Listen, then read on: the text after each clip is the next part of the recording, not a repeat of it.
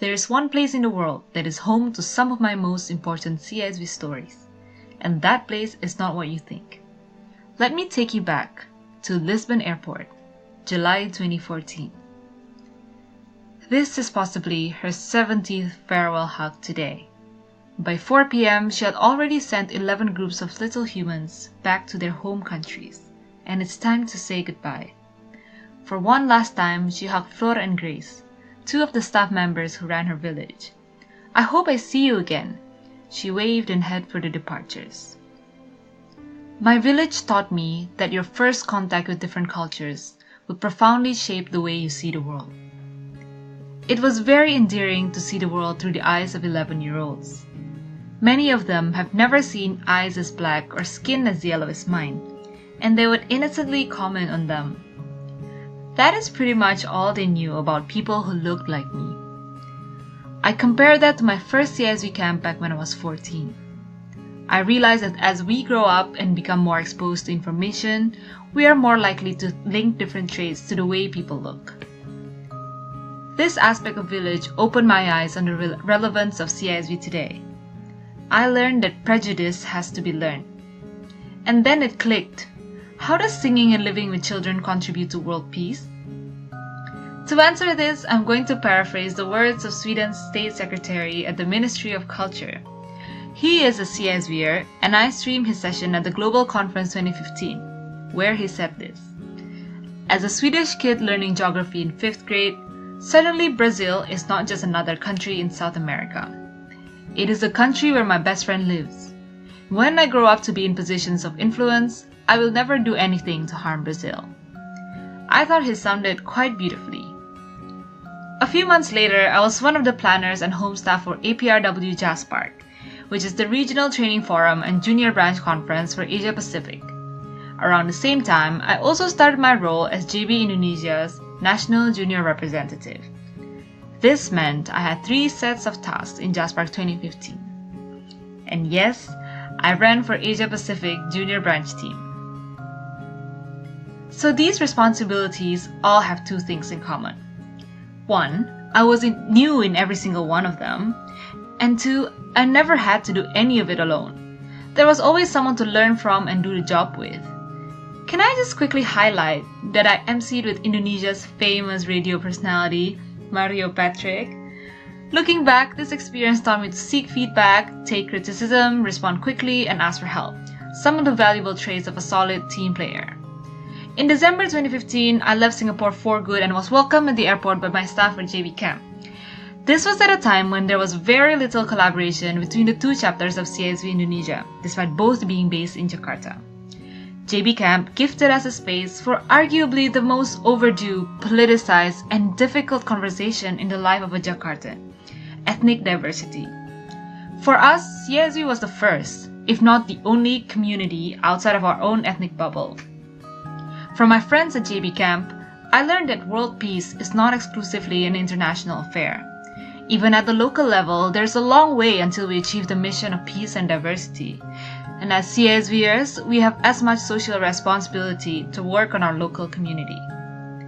In September 2016, I finished my NJR term and started university in the UK to study philosophy, politics, and economics. It is amazing to discuss the same concepts I first learned in CISV, this time through the lens of formal education.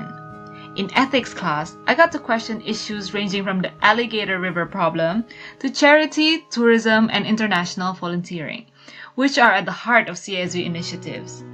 This expanded my knowledge and motivated me to impact the decisions made in CISV.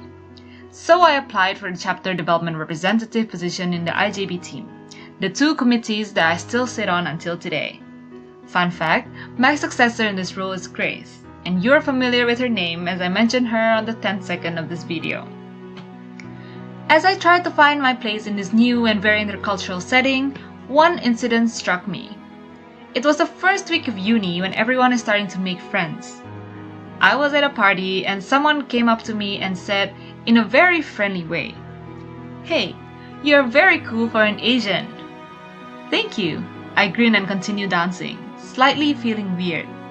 I am sure they meant it as a compliment, but why did I not feel great afterwards? Then I did the maths. What could I possibly be doing that could be seen as cool? The only thing I did then was dancing, which is what everyone else around me was doing as well. Well, dancing was the cool thing then. Cool for an Asian. Does that mean that dancing is not something you would typically think Asians would do? And does my Asianness make me uncool, but I could change it by appearing less Asian? I freaked out and quickly brushed off this seemingly bizarre train of thought. But then it hit me. This wasn't a new feeling. Many times when I was younger, especially in CISV camps, I would feel quite different to everyone else. And I would try to integrate by being similar. In my case, being similar means doing things that is not a norm in my home culture.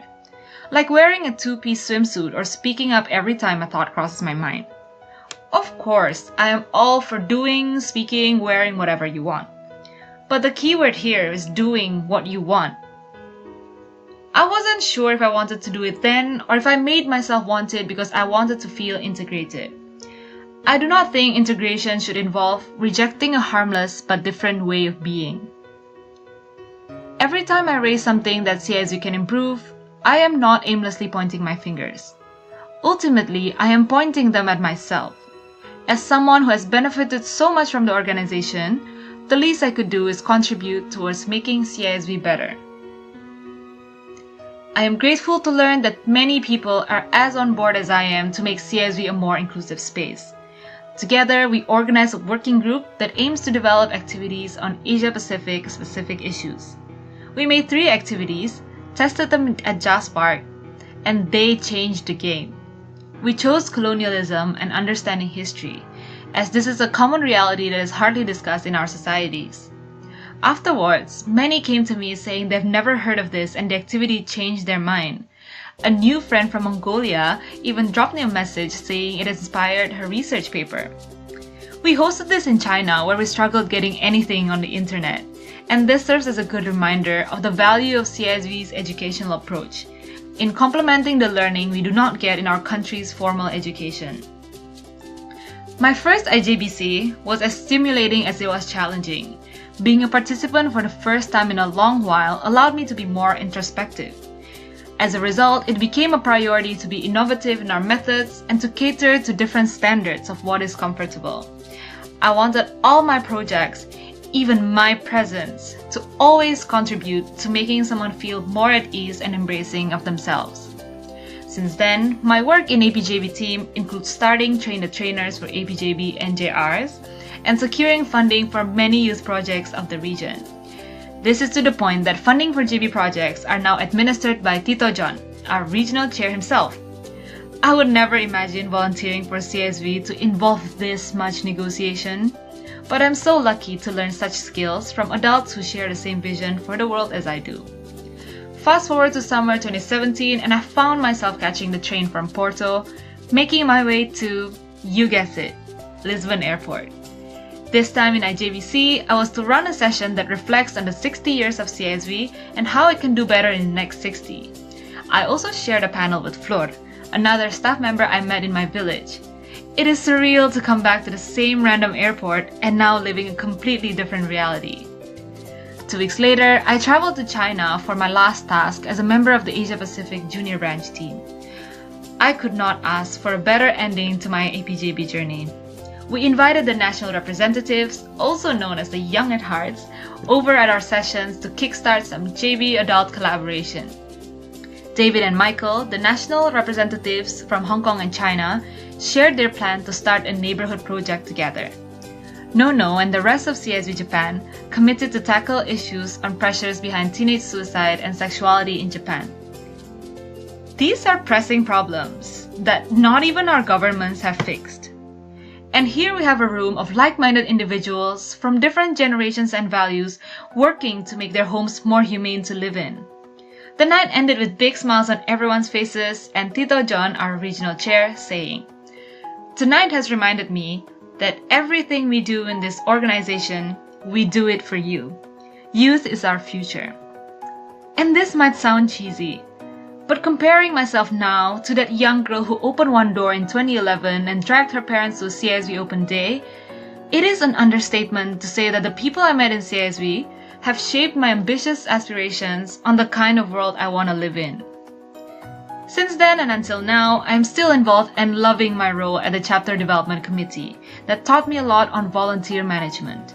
Last December, I flew to Singapore with CISV for the third time to run their first ever JB event called Camp Rojak.